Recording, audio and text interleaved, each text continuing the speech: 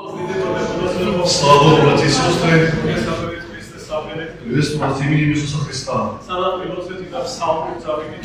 молиться, хочу прочесть Псалом. Тем псалмопевец дает нам такие слова. Господь поддерживает всех падающих, восстанавливает всех низверженных. Очень всех уповать на Тебя, и Ты даешь им пищу их в свое время. Слава Богу, братья и сестры! Он наша надежда. Он наш живой Господь. Мы пришли к Дому Божию, чтобы принять духовную пищу. И это пища от Господа. Потому что человек, который знает Господа, он счастливый человек. Потому что он спасен. Потому что у него есть цель в жизни. До того, как мы пока на земле, он служит живому Богу. И это большое, что мы дети Божии, искуплены кровью Его. И на земле мы имеем большое дело, чтобы служить Ему. Слава Богу. Будем молиться. И Давид сказал такие слова замечательные. Благослови душа Господа, и вся внутренность моя святое имя Его. И знаете, мы должны благодарить Бога, что Иисус умер на кресте и Он пролил святую кровь. И знаете, Его милость Его и благодать на каждый день изливается в нашу жизнь. Как бы нам не было тяжело и трудно, и какие бы скорби ни проходили в жизни, у нас есть надежда на Иисуса Христа. И Давид, он также говорит, когда ему было тяжело и трудно, он пишет Псалом 68, и там есть замечательные стихи. «Я в беде не страдаю, помощь Твоя, Божия, восстанови меня».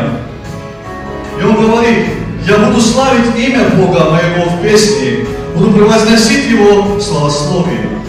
И знаете, 33 стих, вторая половина, там написано, «Я живет в сердце ваше, ищущих Бога». Слава Богу, братья и сестры, что мы имеем надежду на Иисуса Христа. Как бы нам не было тяжело и трудно, когда мы уповаем на Бога, Он приходит в нашу жизнь, Он восстанавливает, Он поднимает, Он ведет, Он прощает каждого из нас. И Его кровь, Он очищает каждого из нас, братья и сестры. Давайте мы прославим Господа, потому что Он достоин. И нет Бога кроме Него, Он есть един. Давайте прославим Его. Аминь. Слава Господу.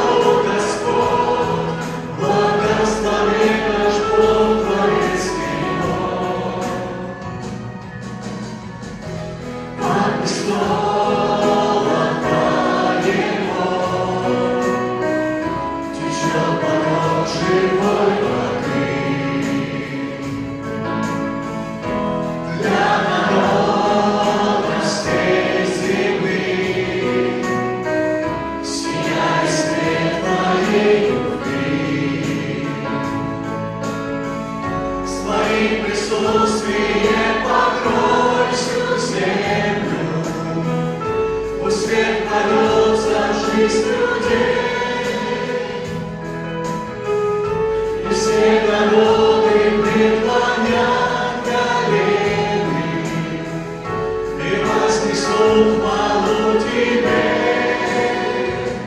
Небеса Тебе поют, святый, святый, вся земля Тебе поет, достоин Ты, все творение восторгнет Тебе хвалу, Господь, благословит наш Бог Творец Его. Небеса Тебе поют, святый, святый, вся земля Тебе поет, достоин Ты, все творение восторгнет Тебе хвалу, Господь, благословит наш Бог Творец Его. Благословит наш Бог Творец Его. Господь, Ты благословен, Господь. Как велика Твоя любовь, Господь. Как велика Твоя милость и благодать, Господь, которая сливается каждый день, Господь. Мы благодарим Тебя и славим, потому что Ты живой, Господь. И Ты достоин хвалы и поклонения, Господь, потому мы здесь стоим сегодня, Господи, что Ты пролил святую кровь, Господь, и мы имеем надежду на вечную жизнь. Мы не знаем, что будет завтра, Господь, но мы верим, Господь, что Ты с нами, Господь, великий Бог, и мы уповаем на Тебя, Господь. Ты достоин, Господь, Ты достоин хвалы, Господь.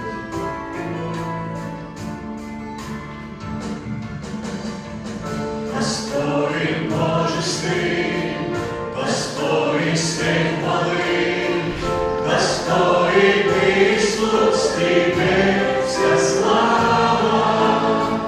Ты кровь за нас пролил, для Бога осветил, искупленный народ поет осанна, благословение и слава. Богу нашему поет,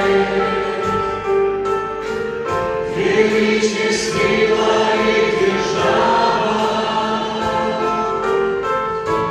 в небесах и на земле. Лишь только Ты один достоин, Агнец Божий, свет хвалы, славы и свет. Лишь только Ты один достоин, Иисус, в небесах и на земле.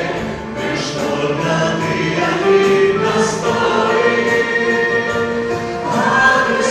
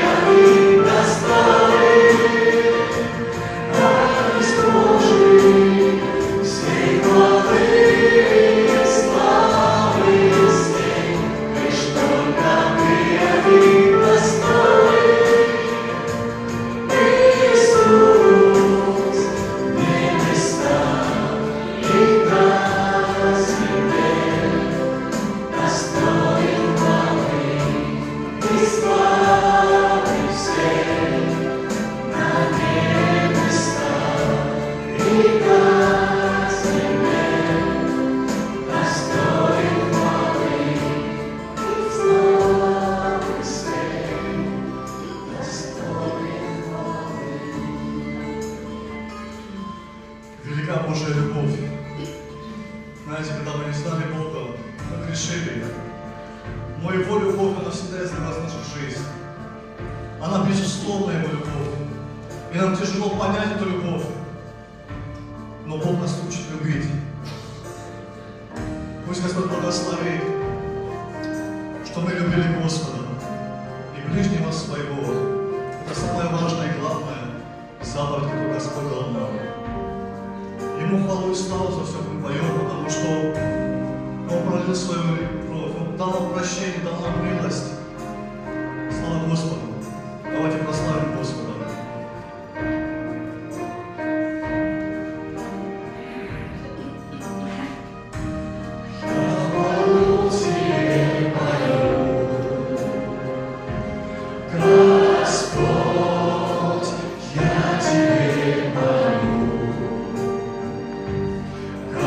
Господь, не могли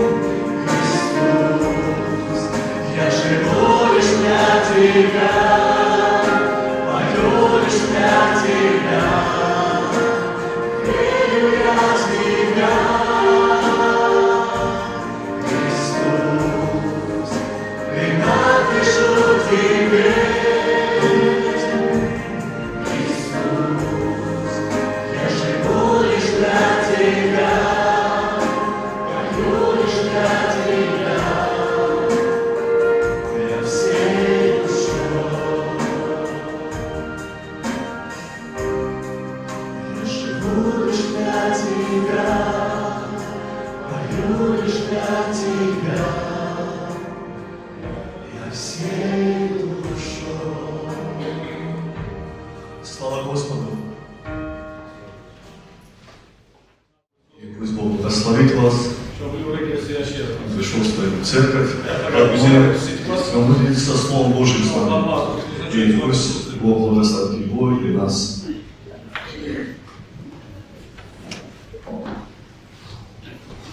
Мир вам, братья и сестры. Прекрасные слова. ძალიან საოცარი სიტყვებია და Я услышал эти слова როდესაც მე მოვისმინე ეს ხმა в 92 году 92 წელს и в следующее воскресенье не мог устоять и вышел в Господу. და მეორე კვირას ვეღარ შევძელი რომ გამეძლო და გამოვედი აქ მოსანანიერებლად. Слава Богу. მონანიერი დიდება მერს. Когда брат сказал როდესაც слова მამ насчет меня, что наш брат церкви, როდესაც მამ თქვა რომ ის არის ჩვენი ძმა ეკლესიი და я всегда был противник, сейчас менее противлюсь, когда христиане говорят «моя церковь». იცით ადრე მიხარი კატეგორიული წინააღმდეგი, ახლა კი აღარ ვარ წინააღმდეგი, რომ იზახოდე რომ ჩემი ეკლესია. Я всегда говорю «не моя церковь, Христова церковь». მე ყოველთვის ვამბობ რომ არა ჩემი ეკლესია, არამედ ქრისტეს ეკლესია. Но когда говорят «наша церковь», მაგრამ ვამბობ რომ ჩვენი ეკლესია и каждый из нас является неотъемлемой частью этой церкви, და თითოეული ჩვენთაგანი არის განუყოფელი ნაწილი ეკლესიის. можно принять, что это наша церковь. და ამიტომ შეგვიძლია ამის შემდეგ მივიღოთ რომ ესა ჩვენი ეკლესია. Слава Богу. იდება გვენს. Знаете, когда я сюда ехал, ისიც როდესაც აქეთ მოვდიოდი, я так подумал, მე ასე ვიფიქრე, вот если брат мне предложит говорить слово, თუ მე ძმა შემოთავაზებს მითადაგო სიტყვა. Что я должен сказать этой церкви? რა უნდა უთხრა მე ამ ეკლესიას? Столько лет. ამდენი წელია. Все слышали здесь. ყველაფერი მოსმენილი აქვს აქ. Все знали. ყველაფერი იციან. Вера, надежда, любовь столько проповедовала здесь. წმენა, იმედი, სიყვარული, იმედი რო ნახადაგები აქვს. Еще при мне и после меня. ჩემამდე და ჩემ შემდეგაც. Что говорить что-то, даже не знаю. რომ თქვა რაღაც ისიც კი არ ვიცი რა ვთქვა. Но я молился მაგრამ მე ლოცულობდი и говорю, Боже, что мне сказать этой церкви? და ვამბობდი რომ მერტო რა უნდა უთხრა მე ამ ეკლესიას. И Бог мне сказал, და ღმერთმა მე მითხრა, говори о мире Божьем, ისაუბრე ღმერთის მშვიდობაზე, жизни ცხოვრებაზე и смерти. და სიკვდილზე. Казалось бы, грустно говорить о смерти. და თითქოს და ჩანა სამწუხარ რო ისაუბროთ სიკვდილის შესახებ. Но я хочу затронуть მაგრამ стихи. მე მინდა შევეხო რამოდენიმე მოხუს. Апостол Петр, он сказал в своем втором послании, და პეტრე მოციქულმა თავის მეორე წერილში თქვა, в первой главе, პირველ თავში, в третьей главе, да, в первой главе, он говорит с 13 стиха. და ის ამბობს მე-13 მუხლიდან ასე სიტყვებს. Справедливым же почитаю, доколе нахожусь в этой телесной храмине, возбуждать вас напоминание. და სწორედ მიმაჩნია სანამ კარავში ვიმყოფები შეხსენებით გამოგაფხიზლოთ. И второе послание Петра, 3 глава, და მეორე პეტრეს წერილში მესამე მუხლში это уже второе послание, пишу к вам, возлюбленные в них, напоминание возбуждаю вас, ваш чистый смысл.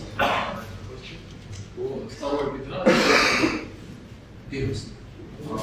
უკვე მეორე წერს საფარენო და ორივეში წრფელ აზროვნებას ვაღვიძებ თქვენში შეხსენებით. И второй стих, чтобы вы помнили слова, прежде реченные святыми пророками, и заповедь Господа и Спасителя, преданную апостолами вашими. და მეორე მუხლში რათა გახსოვდეთ წმინდა წინასწარმეტყველთა მიერ ადრევე თქმული სიტყვები და ჩვენი უფლისა და მაცხოვრის მცნება გადმოცემული თქვენი მოციქულების მიერ.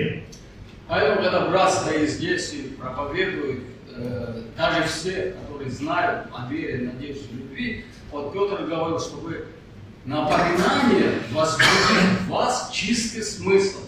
და როდესაც ძმა დგას აქანე და საუბრობს ღმერთის რწმენაზე, იმედზე და სიყვარულზე, როგორც პავლე მოციქული წერს, იმისთვის ამბობს, რომ შეგახსენოთ, რომ თქვენში გააღვივოს კეთილი აზრი.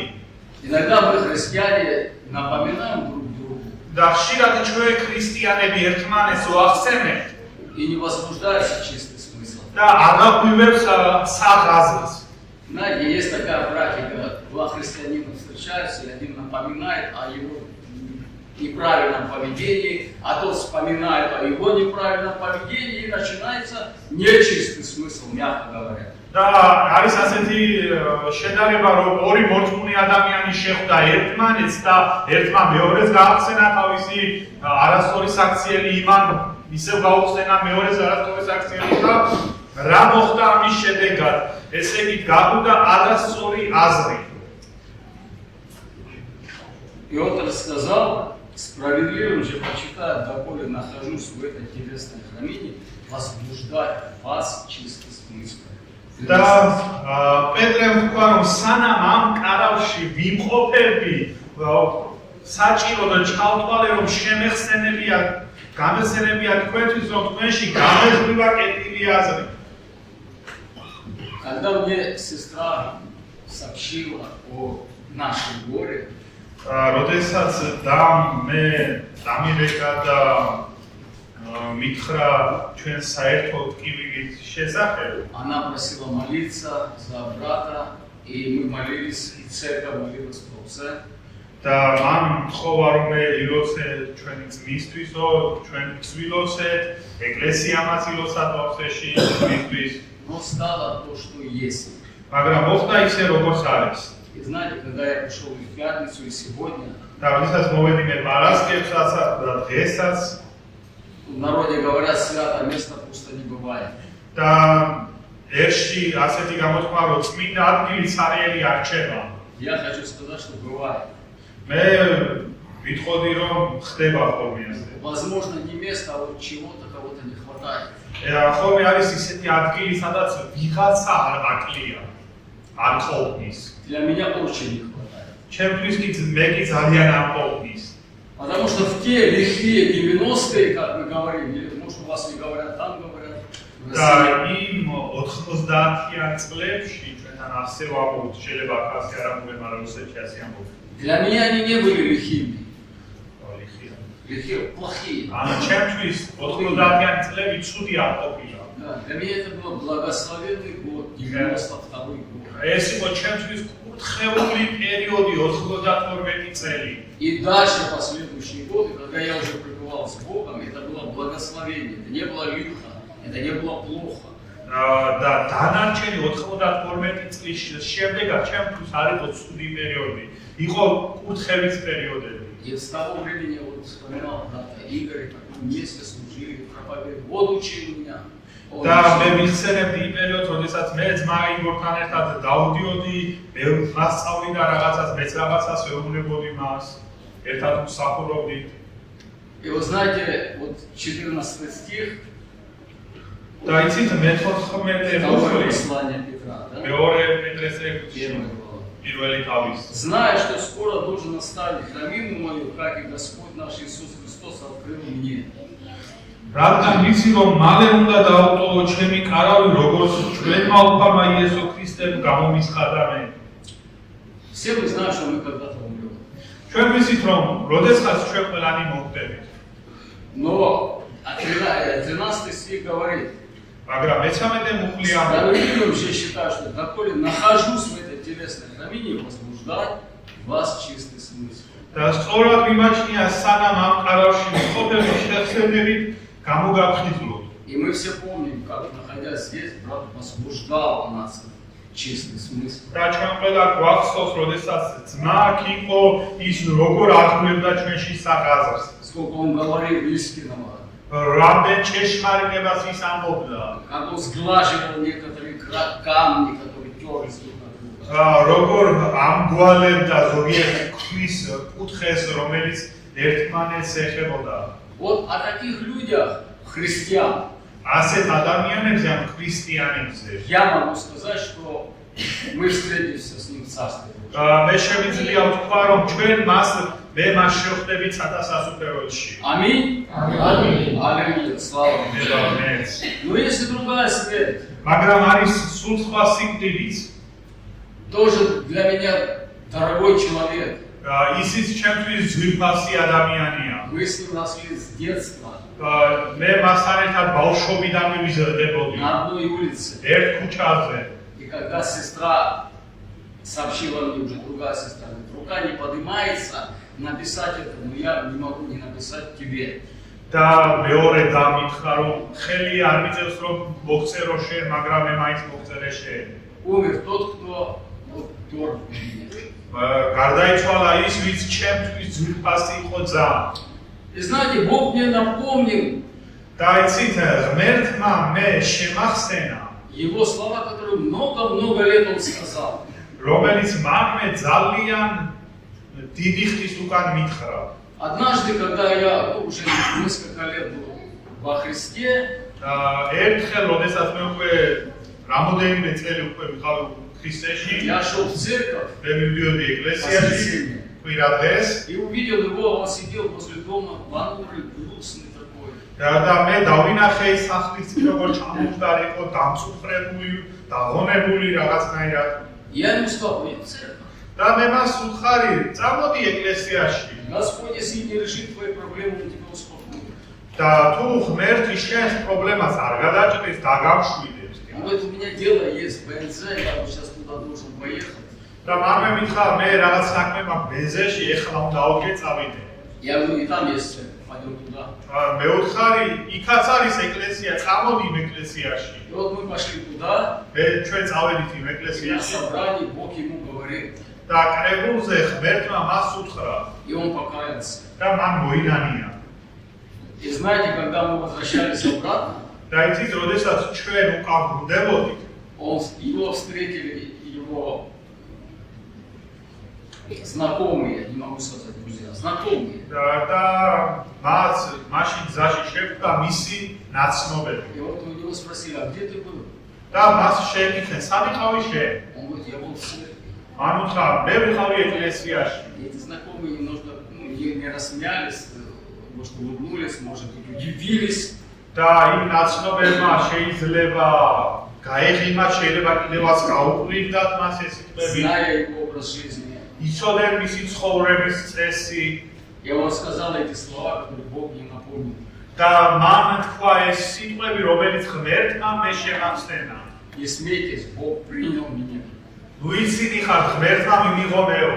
Бог принял меня, он так сказал. მან ასეთი სიტყვები თქვა, რომ ღმერთმა მიმიღო მეო.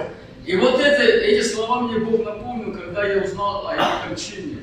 და ეს სიტყვები ღმერთმა გამახსენა, როდესაც მე გავიგე მისი სიკვდილის შესახებ. И если за моего друга, брата Игоря, я уверен, и вы все уверены, что он Царство Небесное, и мы обязательно встретимся. და თუ ჩვენ დარწმუნებული ვართ იმაში, რომ ძმა იგორი, როდესაც ჩვენ დავტოვებთ ამ მიწიერ ცხოვრება, ჩვენ ზეცაში შევხვდებით მას, то в данном случае мы можем уповать только на милость Божью. ამ შემთხვევაში კი ჩვენ მხოლოდ შეგვიძლია დავუმედეთ ღმერთის წყალობას. Потому что в Священном Писании, в послании Якова говорится, რადგან წმინდა წერილებში იაკოვის წიგნში ასე არის მიმართული. с 8 стиха я прочитал.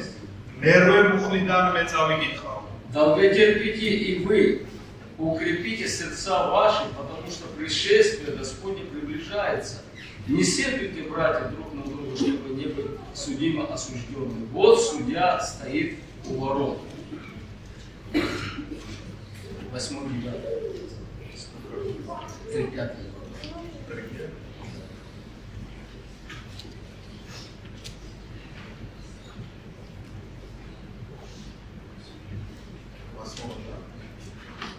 Пятая глава, 8-9. Не сетуйте. Аллилуйя. თქვენს უგზელობით გამოიჩინეთ და გულები გაიმაგრეთ, რადგან მოახლოებულია უფლის მოსვლა.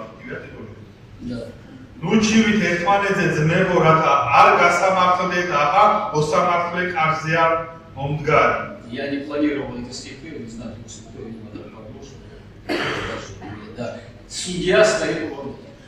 მოსამართლე დგას კარებთან. 13 стих 2 главы Якова. და იაკობის მეორე თავის მე-13 მოხული. Ибо суд без милости, не оказавшему милость, милость превозносится над судом. რადგან უმოწყალო სამსჯავრო წყალობას არ ქმნის, წყალობა აღემატება სამსჯავროს. Конечно же, это нам написано, членам церкви. რა თქმა უნდა, ეს ჩვენზეა დაწერილი ეკლესიის წევრებზე. Конечно, это мы так должны поступать милостью, не судить друг друга, но вот милость должна превозноситься. და რა თქმა უნდა, ჩვენ ასე უნდა მოვიქცეთ, რომ ჩვენ წყალობით უნდა დავყაროთ ერთმანეთი და დროზე ადრე არ უნდა გავასამართლოთ არავინ. Но я бы добавил вот здесь, что милость Божья, она в любом случае превозносится над судом. მე კი აქ დავამატებდი, რომ ღმერთის წყალობა აღემატება სამსჯავროზე. И вот эта милость Божья, она над многими потом на суде, она превознесется над этим судом, и Бог помилует человека, который когда-то сказал, Бог примет меня. და მე ვთვლი, რომ ღმერთის წყალობა აღემატება სამსჯავროზე და გაიხსენებს იმ მომენტს, როდესაც მან თქვა, როდესღაც რომ ღმერთმა მე მიმიღო. Нам хочется так думать. ჩვენ გსურს რომ ასე ვიფიქროთ. Потому что многие наши родственники, друзья, знакомые რადგან ჩვენი ბევრი ახლობლები, მეგობრები, ნათესავები по меркам евангельским, სახარების ზომით, საზომით, они неверующие, можно сказать. შეიძლება ვთქვათ, რომ ისინი ურწმუნოები არიან. Или не наследуют Царство Божие. Но это мы так думаем. მაგრამ არ დაიმკვიდრებენ სადაც ასწორებენ ჩვენ ასე забываем о милости Божьей. მაგრამ ხოლმე ჩვენ ვივიწყებთ ღმერთის სწავლობის შესახებ. Да благословит Господь და ეს ღმერთმა გვაკურთხოს. все, за которых мы молились, და ის ხალხი აკურთხოს, ვისთვისაც ჩვენ ლოცულობთ. и которые ушли не вовремя, და წავიდნენ დროზე ადრე. по нашему разумению, ჩვენი გონიერებით, чтобы мы там встретились. რომ იქ ჩვენ შევხვდეთ მას. Слава нашему. დიდება ჩვენს ღმერთს. Но я не хочу заканчивать на этой грустной ноте. Я хочу сейчас поговорить, у меня время есть, о мире Божьем. მაგრამ მე არ მინდა ამ სამწუხარო სიტყვაზე დავასრულო, არამედ მე მინდა გავაგრძელო საუბარი ღმერთის მშვიდობის შესახებ. Мир Божий, который превыше ღმერთის მშვიდობის, რომელიც აღემატება чего превыше? დასაღემატება. Аминь. Превыше нашего разумения, наших помыслов, наших, я не знаю, даже какое слово. ღმერთის მშვიდობა, რომელიც აღემატება ჩვენს გონებასთან და გაგებას. Все это, что произошло вчера, 3-го дня и дальше, это прошлое. ის რაც მოხდა გუში წინა იმით ეს არის ყველაფერი წარსულში. Мы живем сегодняшним днем. ჩვენ ცხოვრობთ დღევანდელი დღით И послание филиппийцам და ფილიპელთა წერილებში в 3 главе, მესამე თავში 13 стих говорит, მე-13 მუხში ამბობს. там несколько другая мысль, но она подойдет и к этой, что იქ ცოტა სხვა აზრია, მაგრამ ამ აზრსაც ეთანხმება. братья, я не почитаю всегда достигшим, а только забывая заднее и простираясь вперед, 14 стих, стремлюсь к цели почести высшего звания Божьего во Христе Иисусе. ძმებო, არ მიმაჩნია რომ უკვე მივაღწიე, არამედ ერთს ვაკეთებ, ვივიწყებ რაც უკან დარჩა და имас ვეთქვი რაც ჩემს წინა. ვირტვი მიზნისკენ ღვთის უზენაესი მოწოდების ჯილდოსკენ ქრისტე იესოში. Забывая заднее, ვივიწყებ რაც არსულს, все, что было с нами, რაც მოხდა ჩვენს თავს. все, кто был против нас, ვინც ჩვენს წინააღმდეგ იყო, какие-то мысли нас одолевали, რაღაც აზრები, რომელიც მას ჩვენ ძლევდა წარსულში. в чем-то мы запинались обо что-то. რაღაცას, როდესღაც რაღაცას ვეჯახებოდით, წალბორძიგდებოდით. Да. На ком-то или на чем-то мы притыкались, ვიღაცასთან რაღაცას წალბორძიგდებოდით. забывая заднее, ვივიწყებ რაც არსულს, мы Христовы ჩვენ ქრისტესნი, должны простираться вперед к этой цели. ჩვენ უნდა მივისწრაფოდეთ წინ აი ამ მიზნისკენ. Да, трудно. რა თქმა უნდა კი რთულია И порой кажется невозможно. და ხშირად გონია რომ შეუძლებელია. Но когда-то меня учили здесь. მაგრამ როდესაც მე აქ ასე მასწავლინე, Когда-то я чем-то был недоволен. რაღაცით მე არ წარსულში ვიყავი უკმაყოფილო. Мне сказали, მე მითხრეს, посмотри на Христа. შეხედე შენ ქრისტეს. Неужели ты думаешь, что тебе хуже, чем ему?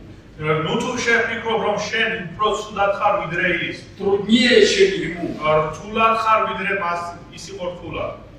И знаете, это учение до сих пор я пребываю в этом учении. და იცით მე ამ სწავლებაში დღესაც ვიმყოფები. Когда мне что-то трудно, невозможно, когда что-то против меня, когда что-то происходит не по мне, я смотрю на Голгофу. იცით, როდესაც ჩემ ცხოვრებაში იყო რთული პერიოდი, როდესაც რაღაცა არ გამომდის, როდესაც რაღაცა მძიმე და გამოვალი მდგომარეობა, ჩემი მზერა ყოველთვის არის გოლგოთისკენ. Вот Филиппийцам 4 глава 6 стиха ფილიპელთა მეოთხე თავის მე-6 მუხლში говорится о том, с чего начинается мир Божий. მიდის საუბარი იმის შესახებ, თუ საიდან იწყება ღმერთის მშვიდობა. Не заботьтесь ни о чем, но всегда в молитве и прошении с благодарением открывайте свои желания пред Богом. И мир Божий, который превыше всякого ума, соблюдет сердца ваши и помышления ваши во Христе Иисусе.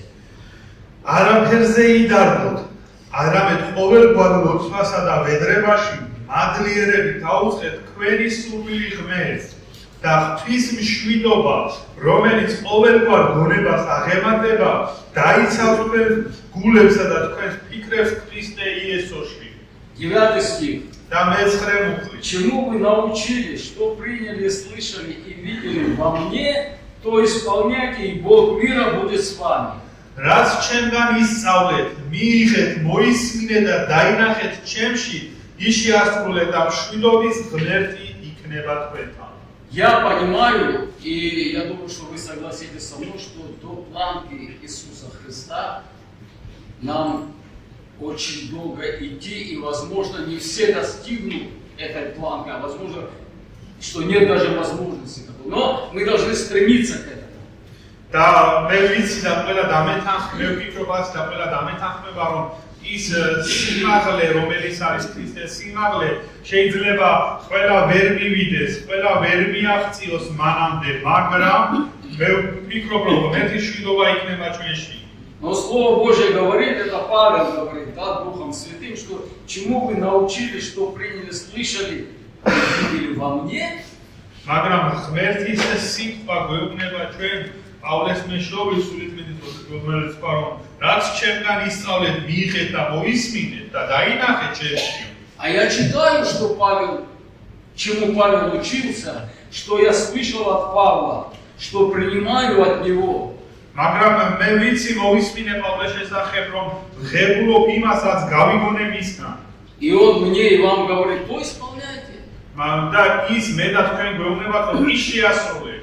Вот то, что я написал, то исполняйте. ის რაც მე დაუწერე, აი ის შეასრულეთ. Не надо что-то придумывать, не надо что-то убавлять, то исполняйте. არა საჭირო რაღაც ახალი მოიგონო, რაღაც ახალი მოაყრო ან ჩამატე, არავედ ის რაც წერია, ის შეასრულეთ. Потому что Бог бодрствует над Словом Своим, Он через Павла Духом Святым записал то, что мы должны принять это сердцем своим. მაგრამ რადგან ღმერთი ხიზლობს თავის სიტყვაზე, იმ სიტყვაზე, რომელიც პავლეს მეშვეობით სულიწმიდით ჩაწერა მან. И этот Павел, который для меня и для вас наверняка считается глыбой в христианстве. და მე ვთვლი ასე და ალბათ ვთქვით, რომ პავლე მოციქული, რომელიც არის ჩვენთვის კლდე. Он говорит, что я научился. ის ამბობს, რომ მე ვისწავლე. Учился и научился и еще учусь. სწავლობდი, ვისწავლე და ვაგრძელებ სწავლას. 11 стих говорит. მე-11 მუხლი ამბობს. Говорю это не потому, что нуждаюсь, я научился быть доволен тем, что у меня есть. გაჭირვების გამ არ ვამბობ ამას, ვინაიდან ვისწავლე იმით დაკმაყოფილება, რაც მაქვს. Вот этот мир уже в моем сердце, когда я научился быть довольным тем, что у меня есть. აი ეს ღმერთის მშვიდობა არის ჩემს გულში, მაშინ, როდესაც მე ვისწავლე დაკმაყოფილება იმით, რაც მაქვს. И вот он говорит, 12 стих. და ის შემდეგ აგრძელებს მე-12 მუხლში. Он научился, учится, მან ისწავლა, სწავლობს, умею жить. ვიცი ცხოვრება И в скудости умею жить и в изобилии. Научился всему и во всем. Насыщаться и терпеть голод, быть и в обилии, и в недостатке. ვიცი გაჭირვებაში ცხოვრებას და ვიცი სიუხვეში. მიჩნეული ვარ ყველაფერს და ყოველივეს, სიმაზრესა და შიმშილს, სიუხვესა და ხელმოკლეობას. Это жизнь христианская. ეს არის ქრისტიანული ცხოვრება. Мы сами выбрали ეს ჩვენა თვითონ ამოვიჭრეთ. этот путь. ეს გზა. Бог нас нашел, ღმერთმა ჩვენ ვიპოვა, показал, დაგვანახა, предложил, შემოგთავაზა, мы приняли. ჩვენ მივიღეთ. И теперь учимся. და ეხლა მივსწავლ. Сколько бы ты лет не был в церкви, в Господе, ты до конца своей жизни будешь учиться. რამდენი წლისაც შენ არ უნდა იყო, რამდენი წელიც არ უნდა დადიოდე ეკლესიაში, შენი ცხოვრების მანძილზე შენ სწავლობ. Павел сказал крылатую фразу, პავლემ თქვა ასეთი თოსანი მუხლი სიტყვა, которую некоторые христиане, не христиане не понимают, они говорят это, как, знаете, как лозунги. და ზოგიერთი ქრისტიანები არ უფიქრდებიან ამბობენ ამ სიტყვებს როგორც აი ლოზუნგი. Все могу, укрепляющий меня Иисусе Христе. რომ ყველაფერი მძალს მე ჩემი გამაძლიერებელი უფალი იესო ქრისტეს მეშვეობით. Все могу. ყველაფერი შემიძლია. Но Павел это сказал после того, как он научился. მაგრამ პავლემ ეს სიტყვები იმის შემდეგ თქვა, როდესაც მან ისწავლა. Жизнь в разных ситуациях. Слава Богу.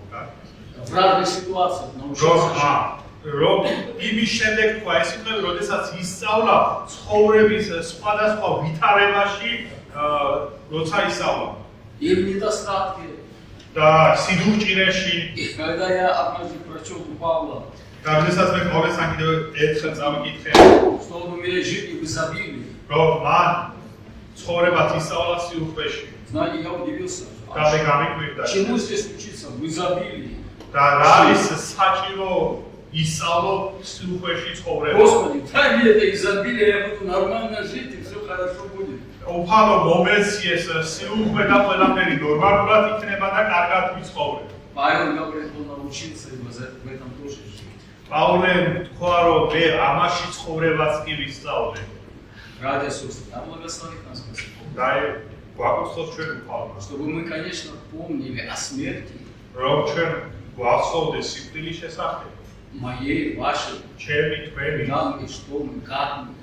სად როგორ Потому что Слово Божие конкретно говорит об этом. რადგან ერთი სიტყვა კონკრეტულად ამბობს ამის შესახებ. Конечно же, мы не будем забывать тех, кто ушел от нас. რა თქმა უნდა, ჩვენ არ დავიწყეთ იმ ხალხს, ვინც წავიდა ჩვენგან. Тех, которые мы уверены, что мы встретим. ისინი, ვინც ჩვენ დარწმუნებული ვართ, რომ ჩვენ შევხვდებით. И тех, на которых мы надеемся на милость Божию, что და იმათვისაც, ვიზეც ჩვენ იმედი გვაქვს ღმერთის სწავლობის. Да благословит нас в этом Господь. და ეგ მექმა გვაკუთხოს Я предлагаю сейчас помолиться. მოდით Воздать славу, честь и хвалу. თავაზობ რომ ეხა ვიოცოთ რომ ღმერთს მიუძღვა ქება, დიდება და თამყვანისება. Всем нам. ყველა ჩვენთანაც. Чтобы мы забывать заднее, რომ ჩვენ მივიწყებდეთ წარსულს распирались вперед. და ვისწრაფოდეთ წინ. Аминь. ამინ.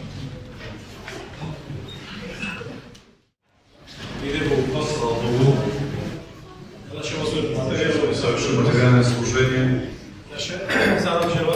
Работу совершим. Мы недавно были в Швахеве. Там есть семья, которая много детей. Они были мусульмане раньше. Но они крестились по православному. И там бабушка есть 70 семей. Пока она мусульманка. Мы тот день проповедовали им. Она сказала, что я в этом если я крещусь, говорит, ему говорит, что скажут соседи. Мы сказали, что до крещения есть привилегии, чтобы исповедовать Иисуса Христа. Там есть мальчик, ему 7 лет. Он сидел у него. Я сказал, что ты должна исповедовать Иисуса Христа. Бабушка, пожалуйста, исповедуй Иисуса Христа. И мы дали также Евангелие. Она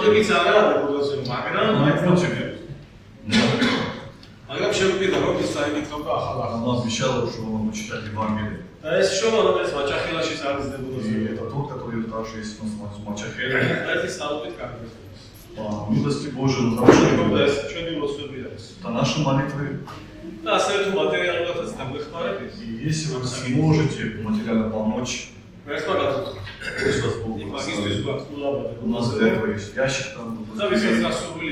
Если у вас есть желание, возможность, вы можете помочь. И эти деньги, они послужат. Сейчас мы вместе, и в это время мы совершим материальное достижение.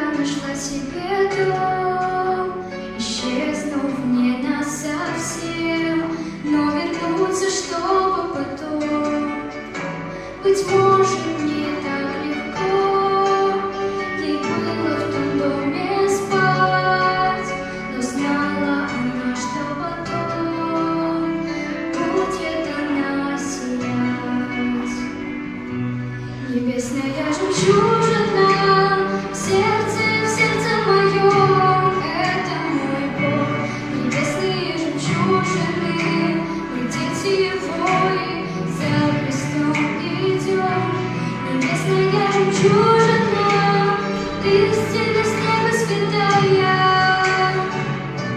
небесная жемчужина, вера в моем сердце живая.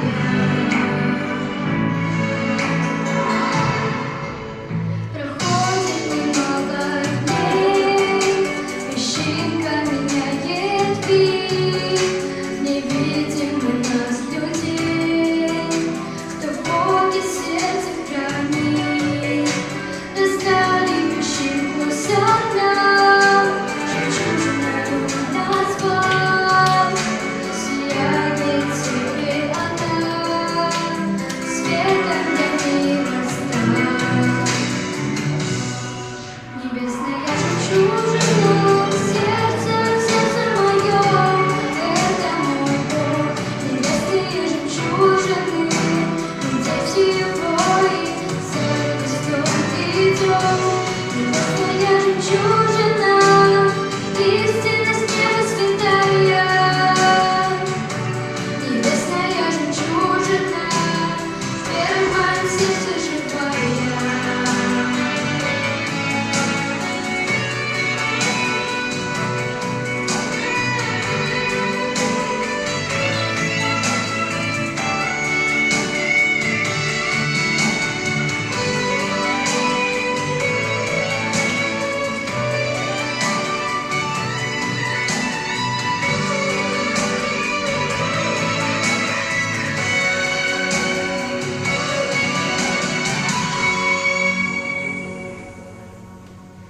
На глубине морской песчинка нашла себе дом, исчезнув не насовсем, но вернуться, чтобы потом.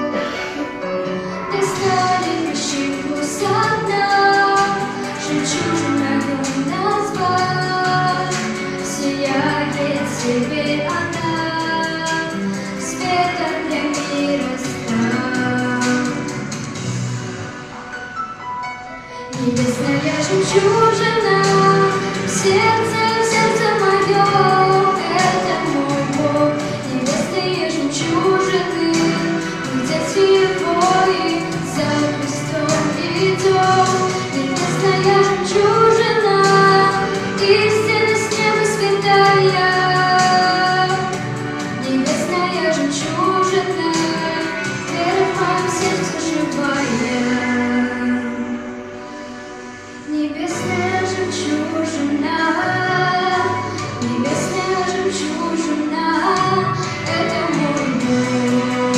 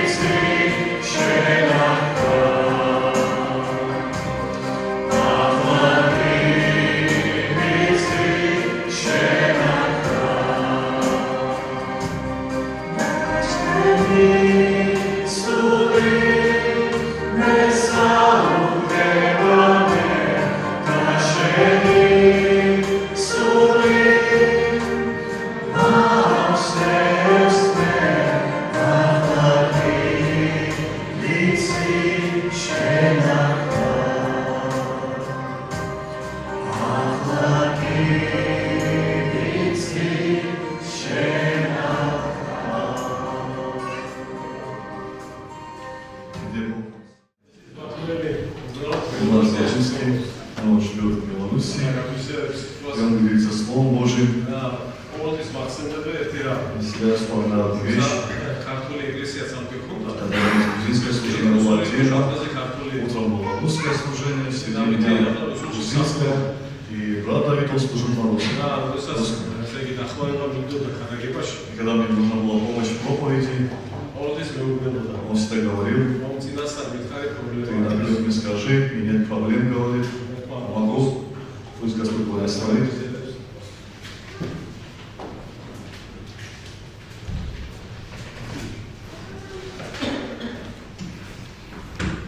Мир Божий, братья и сестры. Я хочу приветствовать всех нас любовью Господа нашего Иисуса Христа. Для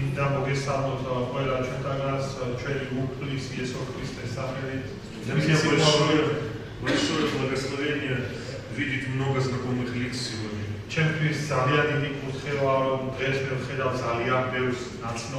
Знаете, не знаю ностальгия, не знаю память в прошлом.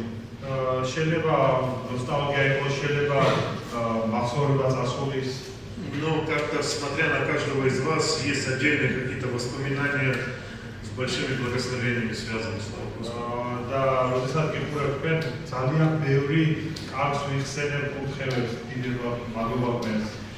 Просто однажды я понял в своей жизни, если ты хочешь быть благословенным человеком, причем во всех сферах своей жизни, не имеет значения в духовной, физической, материальной, не имеет значения. Ты должен быть там, где хочет Бог. И это есть воля Божия, благая, угодная и совершенная. Я хочу сегодня говорить немножко о том, об умении платить цену.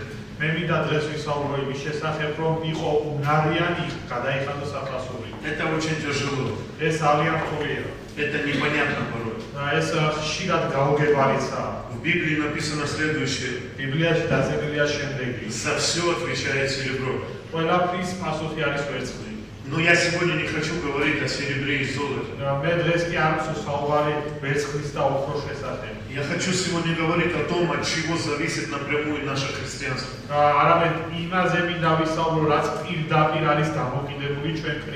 Или мое хождение в Боге.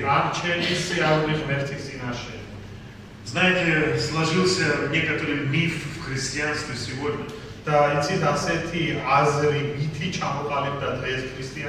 Приди к Богу, только приди к Богу. И Господь решит все твои проблемы, от слова совсем, все вообще.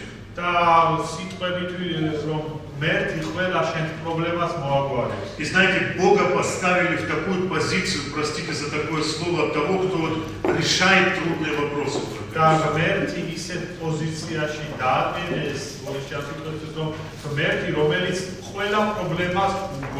Он решает, без исключения, конечно, да и аминь. Но не в этом смысл и суть христианства. Я не буду сегодня говорить по отношению к вам, но по отношению на примере моем скажу.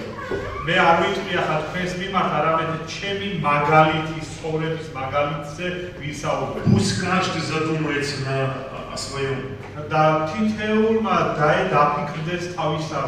Каковы мои молитвы сегодня? Есть ли они вообще?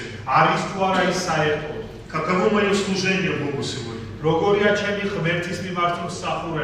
Исполняю ли я ту волю, которую Бог имеет на мою жизнь? Знает ли мое ближайшее окружение о том, что я христианин? Видят ли они во мне Бога? Есть ли у меня желание вообще общения с Богом? Вы знаете, я не хочу никого обидеть. Но я был в пятницу на собрании. Я понимаю, кто-то может быть по какой-то причине не мог быть. მე მესმის რომ შეიძლება ვიღაც რაღაც მიზეზის გამო არ იყო ეკლესიაში. Было так мало людей. იყო ძალიან ცოტა ადამიანები. Друзья, братья, сестры, ვიფასებოდებოდა ძმებო. я не с упреком говорю, не скоро. მე არ ვსაუბრობ შენიშვნით. У меня была большая возможность приехать еще в воскресенье днем сюда. მე ძალიან კარგი შესაძლებლობა მქონდა რომ კვირა დღეს აქ დილით Но მოსულიყავი. я не захотел в дороге проводить это время, я остался на собрании в Тбилиси.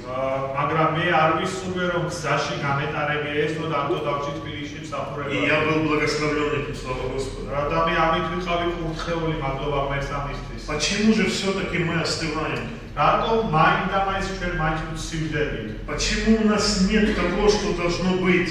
რატომ არ არის ჩვენში ის რაც უნდა იყოს?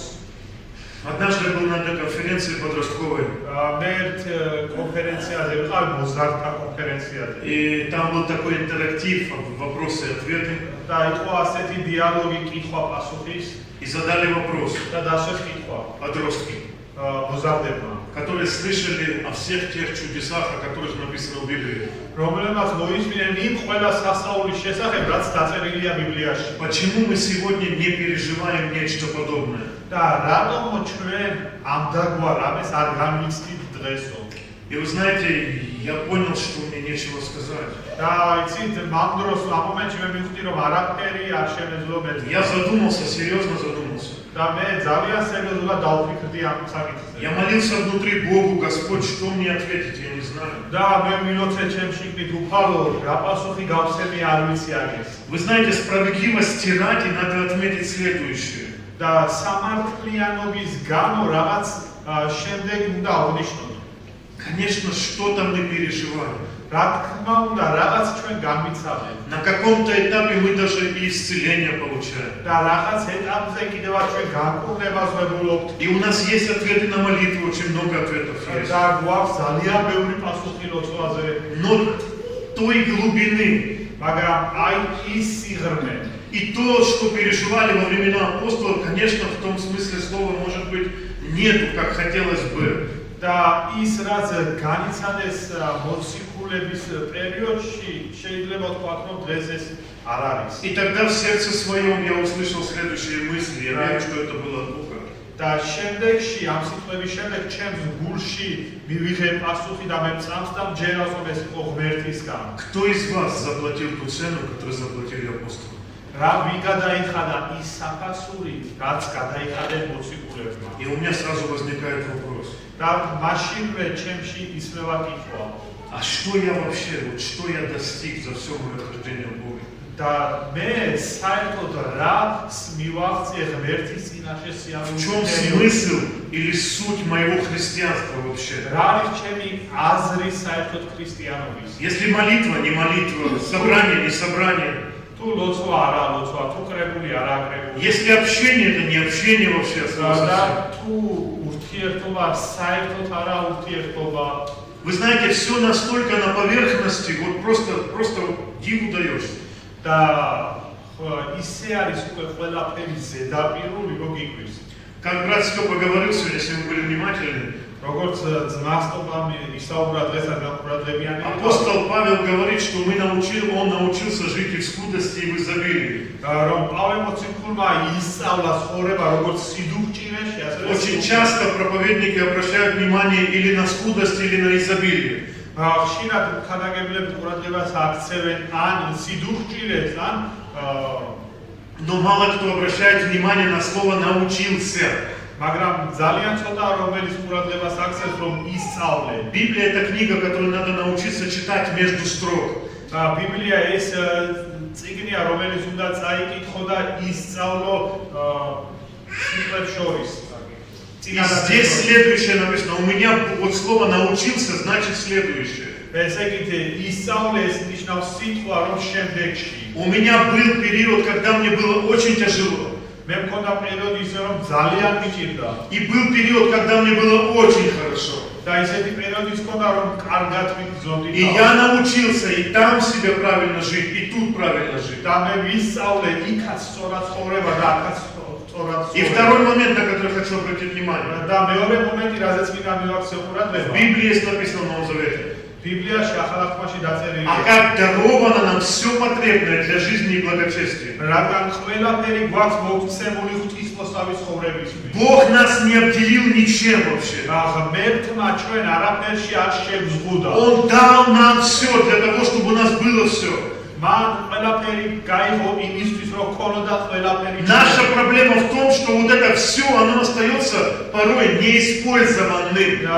მაგრამ ჩვენი პრობლემა იმაშია, რომ ხოლმე ეს ყველაფერი, რომელსაც იძლევა ღმერთი, არ ვიყენებთ მას. Но Бог нам дал, оно у нас есть в нашем распоряжении. მაგრამ ღმერთმა ჩვენ ეს მოგცა და ჩვენს გამოყენების ქვეშაა. Я буду читать книгу Исаии, 55 главу, 1 стих. მე წავიკითხავ ესაია წინასწარმეტყველის 41 მოს. Жаждущие, идите все к водам, даже и вы, у которых нет серебра. Идите покупайте, ешьте, идите покупайте без серебра и бесплатно вино и молоко. Хой ყოველდღე მწვერვალო, მოდით წყლებთან და ფულის უქონელო, მოდით იყიდეთ და ჭამეთ და დიახ, მოდით იყიდეთ ღვინო და რძე, უფულო და უსასყიდლო. Жаждущие, идите все, წყურვალენო, მოდით ყველა, без исключения. გამონაკლისის გარეშე. Каждому из нас сегодня звучит этот вопрос. და Желание, направление. ესმის ეს სიტყვა, ეს სურვილი, ეს მიმართულება. Бог говорит, придите ко мне, все те, кто жаждет. და ღმერთი ეუბნება ყველას, რომ მოდით ყველა, ვისაც გწყურია. Я готов дать вам это все, каждому, без исключения. მე მზად ვარ, რომ მოგცემთ ეს ყველას თქვენ გამონაკლისის გარეშე. Даже и вы, у которых нет ни серебра, ни золота, придите ко мне. და იმათაც კი, ვისაც არ აქვს არც ოქრო, არც ვერცხლი, მათაც მოვიდნენ ჩემთან. Здесь не идет речь о деньгах. აქ არ მიდის საუბარი ფულის შესახებ. Когда однажды один человек захотел дар Святого Духа купить за деньги, Бог ему наказал этого человека. როდესაც ერთ პიროვნებას სურდა რომ სულიწმინდის ნიჭი ეყიდა ფული, ღმერთმა დასაჯა ეს პიროვნება. Здесь не идет речь о деньгах. აქ არ მიდის საუბარი თანხების შესახებ. Он говорит, придите ко мне. ის ამბობს, რომ მოდით ჩემთან. Первое это вода, это Дух Святой, сила Духа Святого. ეს პირველ რიგში არის ეს წყალი, სულიწმი და სულიწმინდის ძალა. Это очень важно, как нам иногда не хватает вот этого наполнения от Бога. ეს ის არის, რაც ხშირად ჩვენ არ ვყოფნით ღმერთის სისავსით. Вот этой молитвы, вот этого переживания, когда ты явно переживаешь Его силу.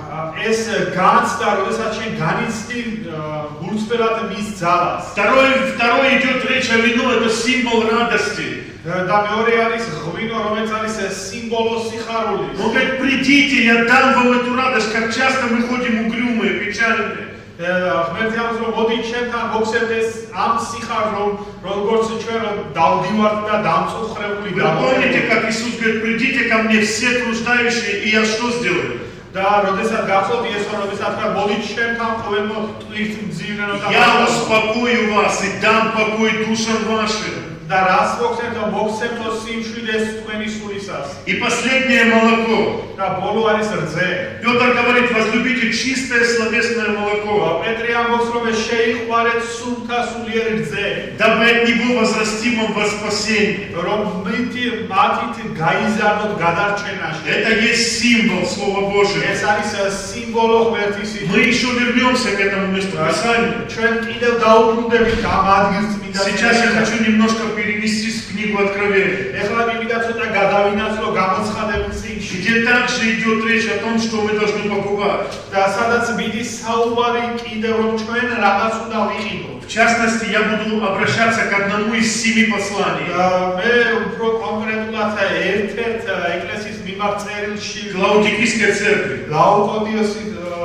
ლაუდიკიის ეკლესიის 14 стих 3 главы книги Откровения. ეს არის გამოცხადების წიგნის მესამე თავის მე-14 Ангел Лаудикийской церкви напиши, так говорит Аминь, свидетель верной истины, начало создания Божия.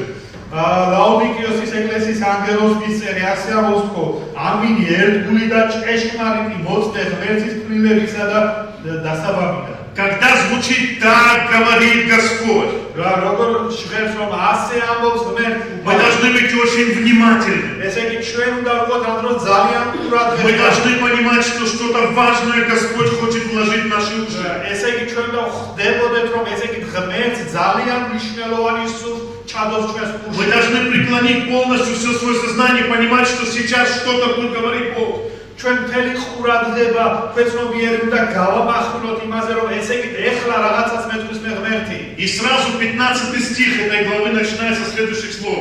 და ისევე ამავე თავის მე-15 მუხლი ასეთი სიტყვებიდან იწყება. Знаю твои дела.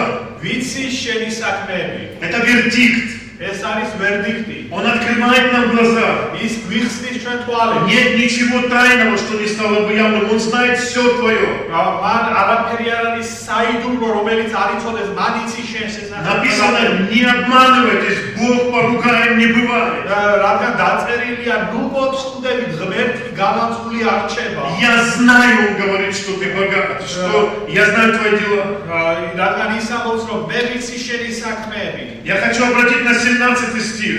მე მინდა ყურადღება მივაქცევ მე-17 მუხლს. Ибо ты говоришь, я богат, разбогател, ни в чем не имею нужды, а не знаешь, что ты несчастен, жалок, нищ, слеп и наг. რადგან ამბობ მდიდარი ვარ, გავდიდრდი და არაფერი მარტლიაო, ის კი არ იცი, რომ უბადური ხარ და საცოდავი ღატა კი ბრმა და შიშველი. Вы знаете, что меня удивляет здесь, вот в этом месте Писания? იცით რა მაკვირვებს ამ ადგილის წმინდა წერილებში, რომელსაც Здесь начинается «ты это говоришь». და რომ აქ იწყება საუბარი, რომ შენ ამბობ ამას. Читаем между строк, ты так думаешь, это твои мысли. ფრაზებს შორის წავიკითხოთ, რომ შენ ასე ფიქრობ, შენ ასე გონია. Но Бог говорит, я так не думаю, это твои слова, твои мысли. მაგრამ ღმერთი ასე არ ფიქრობს, ეს არის შენი ფიქრები, შენი აზრები. Ты не знаешь, говорит Бог, ღმერთი ამბობს, რომ შენ არ იცი, что ты რომ შენ ხარ, несчастный, жалкий, нищий, слепой, раздетый, нагий. რომ შენ ხარ უბადრუკი, შიშველი, მშიერი. Вы знаете, когда я читаю это местописание, немножко страх наполняет. ისიც როდესაც ვკითხულობ ამ ადგილს წმინდა წერილებიდან, ხოლმე შიში მიფრობს. Казалось бы, Бог вынес вердикт. რომ თითქოს და ჩანს, რომ ღმერთმა გამოიტანა ვერდიქტი. Безоговорочная капитуляция, полностью все, нет никакой апелляции. რომ არ არის არანაირი Выхода никакого нет. არანაირი გამოსავალი არ არის. Что мы читаем дальше? შემდეგ რას ვკითხულობ? Начинается 18 стих. იწყება მე-18 მუხლი. И он говорит, я советую тебе. და ასე იწყება ეს მუხლი, რომ მე გირჩევ შენ. Опять читаем между строк.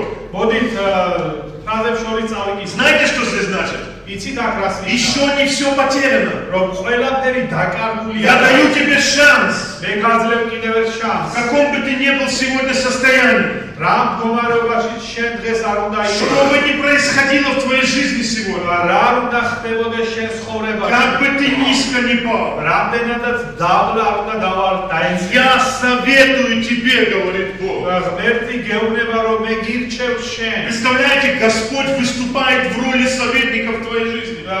წარმოგიდგენია ღმერთი შენს ცხოვრებაში მოდის როგორც მრჩეველი. Я хочу помочь тебе, говорит Бог. ღმერთი ამბობს, რომ მე სურს რომ დაგეხმარო И я советую тебе купить у меня და მე გირჩევ შენ რომ იყიდო ჩემგან. не за золото, не за серебро. არა ოქროთი, არა ვერცხლი. Вот это время, которое Бог дал в свободное пользование, Бог говорит, потрать его на меня вот это время. და ღმერთმა ეს დრო რომელიც მოგეცი შენ დახარჯე ეს დრო ჩემზე. Знаете, ты или покупаешь у Бога, ან შენ ყიდულობ ღმერთთან, или покупаешь не у Бога. ან არ ყიდულობ ღმერთისთან. И ты несешь это в свой дом. და ეს შენ მოგაქვს შენ სახლში. Ты несешь это в свое сердце. შენს გულში მოგაქვს ეს. А потом уже твоя жизнь, და ამის შემდეგ შენი ცხოვრება она показывает, какого ты сегодня уровня духовного. ის გაჩვენებს შენ როგორ სულიერ სიმაღლეზე დგახარ. Не надо иметь очень глубокие духовные какие-то там познания, чтобы понять по человеческой жизни, какого уровня он сегодня. არა საჭირო რომ ძალიან ღრმა სულიერი საკითხები გესმოდეს, რომ დაინახო რა სულიერ სიმაღლებს მიაღწია ადამიანმა. Или эти отношения есть с Богом, или их нет. ან ეს ურთიერთობა არის მეტად, ან ის უბრალოდ არ არის. И они выражаются через твою жизнь. და ის გამოიხატება შენი ცხოვრების В მეშვეობით. разных сферах твоей жизни. შენი ცხოვრების სხვადასხვა სფეროში, В манере одеяния, ჩაცმულობის მანერაში, манере коммуникации с другими людьми, манера коммуникации სხვა ადამიანებთან. в желании твоей молиться Богу или не молиться, სურვილი რომ ილოცო მერტის ходить на собрание или не ходить. იარო კრებულზე თუ არის. Все на поверхности. ეს ყველაფერი ზედაპირზეა. Он говорит, я советую тебе купить у меня. და ის ამბობს, მე გირჩევ შენ რომ იყიდო ჩემგან. Первое, золото, купить у меня золото огнем очищенное. პირველი ოქრო ცეცხლით გაწმენდილი. Опять речь идет о Слове Божьем, символ Слова Божьего. ისევ იწყება ღმერთის სიტყვის შესახებ, სიმბოლო ღმერთის სიტყვის. Очищенное, это значит имеющий опыт уже, драгоценный опыт. გაწმენდილი ეს ნიშნავს, რომ ესე იგი ადამიანს აქვს ძვირფასი Мы გამოცდილება. знаем, какое благословение несет Слово Божье в жизнь человека. ჩვენ ვიცით, როგორ კურთხევა მოაქვს ადამიანის ცხოვრებაში ღმერთის სიტყვა. И когда ты принимаешь его, Бог, ты Бога принимаешь. და როდესაც შენ ღებულობ ამ სიტყვას, შენ ღებულობ ღმერთს. Другими словами говоря простым языком, და უფრო მარტივი სიტყვებით რო ვთქვა, я советую тебе потрать свое время на чтение Слова Божьего. მე გირჩევ შენ რომ შენი დრო დახარჯო ღმერთის სიტყვის კითხვაში. Не трать его понапрасну в разные какие-то непонятные вещи. და არ გირჩევ რომ შენი დრო გავყლაკო რაღაცა Я много могу сегодня говорить, и, допустим, даже о том же интернете. მე შემიძლია ბევრი ვისაუბროთ თუნდაც ინტერნეტზე. Но вы знаете, я противник того, когда говорят, что вот интернет там это все, это зло. მე ვარ მაინც იმის წინააღმდეგი რომ ინტერნეტი არის ბოროტება. Говорит, что интернет зло, говорит, что нож это зло, или дрова это зло, или газ это зло.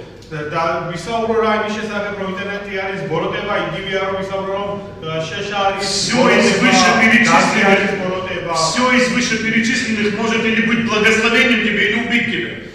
და აქედან ჩამოთვლითაგან ასევე როგორც შეიძლება რომ მან მოკლას, ასევე იყოს ის შესაძლებელია შეკრის კურთხევა. Но умение с этим обращаться приносит или благословение, или не благословение. ან უნარი რომ გამოიყენო ის შეიძლება შენთვის იყოს კურთხევა, ან არ იყოს შენთვის И კურთხევა. поэтому, говорит, я тебе советую потрать на меня свои деньги. და ამიტომ ღმერთი ამბობს რომ მე გირჩევ შენ რომ შენი თანხა დახარჯო ჩემზე. Знаете, скажу немножко такую, может быть, сложную, такую тяжелую вещь, но я скажу. მე შეიძლება ახლა რაღაც თქვენთვის ძიმე რაღაც გითხრათ, მაგრამ მე მაინც ვიტყვი. Если Бог будет судить нас за мысли наши, неправильно. თუ ღმერთი ჩვენ გაგვასამართლებს ჩვენი არასწორი აზრების გამო, Неужели мы ни Богу не будем давать отчет за то время свободное, какое мы потратили непонятно куда? განა ღმერთს ანგარიში არ ჩავაბარებთ იმ დროისთვის, რომელიც ჩვენ რაღაც არარსებულის ან გაუგებარი რაღაცის გამო. Самое страшное в этой ситуации, это Богу не нужно. ყველაზე საშინელი ამ სიტუაციაში ის არის, რომ ღმერთს ეს არ ჭირდება. Это надо тебе и мне лично. ეს ჭირდება შენ და მე. Это нам надо, наше пользование. ეს არის ჩვენთვის, ჩვენ სარგებლობისთვის არის საჭირო. Следующий момент. და შემდეგი მომენტი. Советую, да, белую одежду приобрести, чтобы одеться, чтобы не видна была срамота наготы твоей. და მე გიჩვენ რომ შეიძლება ჩემგან თეთრი სამოსელი რომ შენი სიშიშვლე არ ჩამდეს. Одежда это символ святости. დასასველი ეს არის სიწმინდის სიმბოლო. Обратить внимание на то, что ты делаешь в своей жизни вообще. მიაქცია ყურადღება იმას რომ შენ ცხოვრებაში საერთოდ რას აკეთებ. Как ты живешь вообще? Как ты проводишь свою жизнь? როგორ ცხოვრობ, როგორ ატარებ შენ ცხოვრებას. Это очень важно, друзья. ეს ძალიან მნიშვნელოვანია მეგობრებო. Потому что Павел в свое время пишет, я не буду мясо есть вовек, чтобы брат мой не проткнулся. Или слабый вере не соблазнился. რადგან პავლემოციკულმა თავის დროს ერთ-ერთ წერილში დაწერა რომ მე არ შევჭამ ხორცს რომ ჩემი ძმა ამის გამო არ ეცდუნოს. На это важно обращать внимание. ამაზე არის მნიშვნელოვანი რომ მიაქციო ყურადღება. Мы молимся с одним человеком, ჩვენ ვოცნობთ ერთ პიროვნებაზე. и ей идет пророческое слово этой девушки. იმ გოგონას მიმართ არის წინასწარმეტყველური სიტყვა. Когда выходишь, говорит, с моего дома, не снимай с себя одежду. როდესაც გამოდიხარო ჩემი სახლიდან არ გაიძრო სამოსელი. Вы немножко не поняли, о чем речь вообще. ჩვენ საერთოდ არ ვთქვით რაზე იყო საუბარი. Когда начали разговаривать с ней, და როდესაც დავიწყეთ მასთან საუბარი, она говорит, когда я прихожу в церковь на вот эти 2 часа, я верующий человек. და მან თქვა, რომ როდესაც მე 2 საათით მოვდივარო ეკლესიაში, მორწმუნე ადამიანი. Когда я выхожу за двери молитвенного дома, და როდესაც მე სამლოცველო სახლის კარებიდან я от мирского человека не отличаюсь вообще ничем.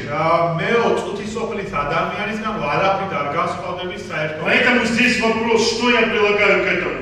და აქ არის შეკითხვა, რომ რას მე მივაწევ ეს ყველაფერი. Ношу ли я вот эту одежду в мире? ვატარებ თუ არა ამ სამოსელს Одежду христианина. ქრისტიანის სამოსელს. Позиционирую ли я Христа в этом мире вообще?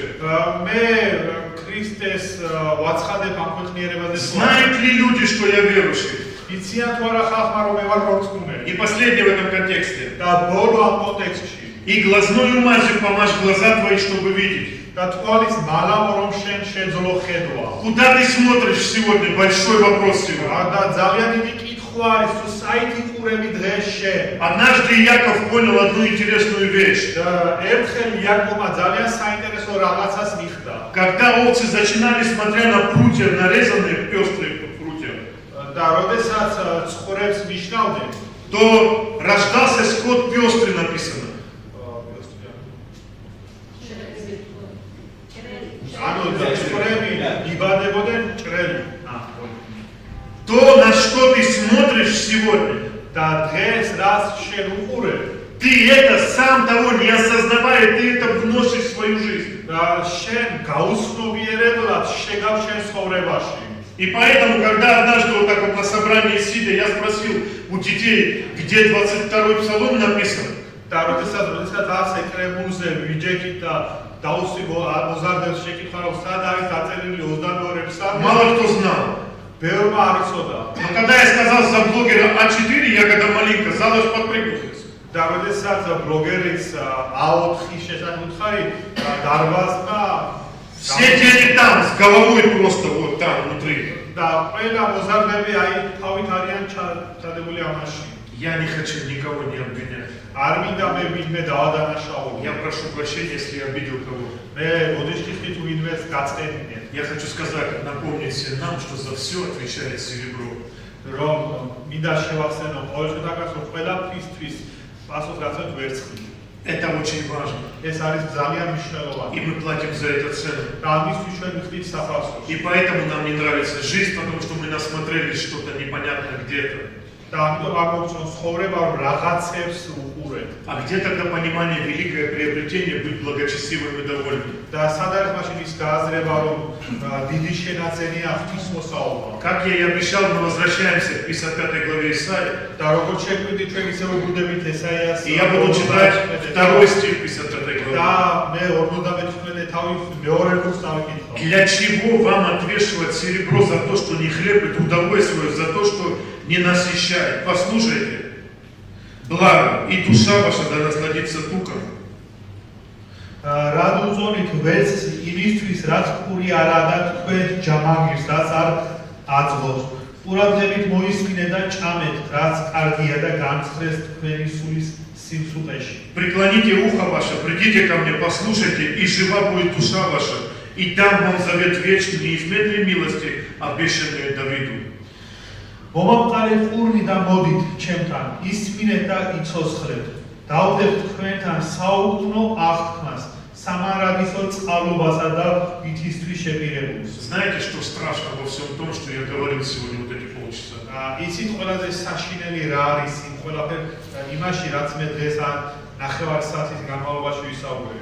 Другого пути нет. რომ სხვა გზა არ არის. И если ты хочешь какого-то роста в своей жизни, და თუ შენ სულ შენ ცხოვრებაში რაღაც ზრდა, если ты хочешь каких-то перемен в своей жизни, და სულ შენ ცხოვრებაში რაღაც ცვლილებები, ты должен понять, что тебе придется платить цену. შენ უნდა გააცნობიერო, რომ შენ მოგიწევს ფასის გადახდა ამის. Когда все делают все, что делают, а тебе этого нельзя. რომ ყველა იმას, რასაც აკეთებ, შენ ამის гакეთება შენთვის არ შეიძლება. Конечно, справедливо возникает вопрос, ну Господи, почему вот он делает, а я не могу это делать. რა თქმა უნდა, სამართლიანი კითხვა ისმის, რომ რატომ უფალო, რომ ისინი რასაც აკეთებენ, ჩემს და ამის გაკეთება არ შეიძლება. Вроде в одну церковь ходим, одному Богу молимся. თითქოს და ერთ ეკლესიაში გავდივართ, ერთ ღმერთს ვადიდებთ. Плати цену. გადაიხადე საფასური. И ты посмотришь, что такая жизнь совсем другая. და მიხვდები და დაინახავ, რომ ცხოვრება საერთოდ სხვანაირია. Когда ты едешь, вот мне надо было ехать сейчас сюда. და როდესაც შენ მიდიხარ, აიბენ ჭირდებოდა რომ აქ მოსულიყო. Мы проехали 3800 километров. ჩვენ გავიარეთ 3800 კილომეტრი. Ни для кого не секрет, что сегодня в России с бензином. და არავისთვის არ არის საიდუმლოება, რომ რუსეთში არის საწვავის კრიზისი. И я ехал так заполненный с запасом бензина вообще в канистрах. და მე კანისტრებში მქონდა გადანახული საწვავი. Не дай бог, если бы что-то случилось в машине, нас было бы видно, может быть, за десятки километров.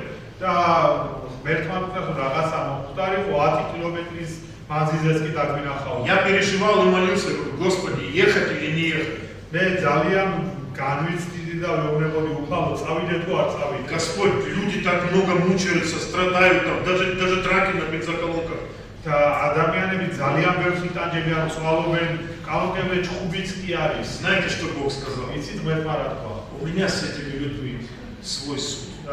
მე ამ ხალხთან ჩემი სამსჯავრო მაქვს. Ты езжай, я тебя благословлю. შენ წადი, მე გაკურთხებ И შენ. то, что я здесь, это Божье благословение. და მე დღეს რომ მაგვარ ღმერთის კურთხევაა ეს. Это наш выбор сегодня. ეს არის ჩვენი გადაწყვეტილება. Давайте научиться платить вот эту цену. მოდით ვისწავლოთ რომ გადავიხადოთ ეს საფასური. Несмотря ни на кого. მიუხედავად რომ არ შევხედოთ არავის. Даже муж за жену не ответит, и жена за мужа. კიდევაც ცოლი ქმრისთვის არ გასცემს პასუხს და არც ქმარი ცოლი. Написано, один берется, другой оставляется. Бог знает, как оно будет. დაწერილია რომ ერთი აიტაცება, მეორე დარჩება. ღმერთმა იცის ეს როგორ იქნება. Поэтому пусть Бог благословит нас. და ღმერთმა გვაკურთხოს ჩვენ.